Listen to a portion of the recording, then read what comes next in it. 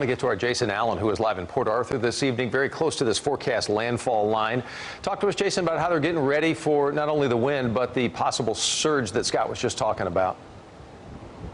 Right, Doug. So it is the wind and the surge, and really the wind that we have experienced since we've been here this afternoon. We're about as far south as we can safely get, as far east as we can safely get in Texas. You go over this bridge right here, that's Louisiana on the other side. This is Sabine Lake, and this is near the area where the hurricane is expected to make landfall. We have experienced a little bit of a stronger gust of wind here over the last hour at 4 o'clock. I know we showed you some of this water that was starting to come up on shore. It's now eased back again, but that's not expected to stay that way. I think as this wind continues to pick up, we're going to start to see that surge happen here. You mentioned evacuations as well, and the time for public evacuations, that has now come to an end. But in the neighborhoods that are just on the other side of the 16-foot seawall that is just down the road from where we are today in Port Arthur, we still found a few people who were packing up. We met a man named Tom Locke. He and his wife waited, not necessarily because they're second-guessing what the storm's going to do. He is concerned about the wind primarily and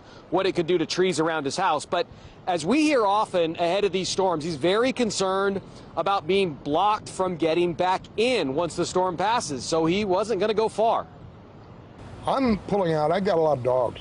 I take care of a lot of animals, and we got to load them up. We got to take them out.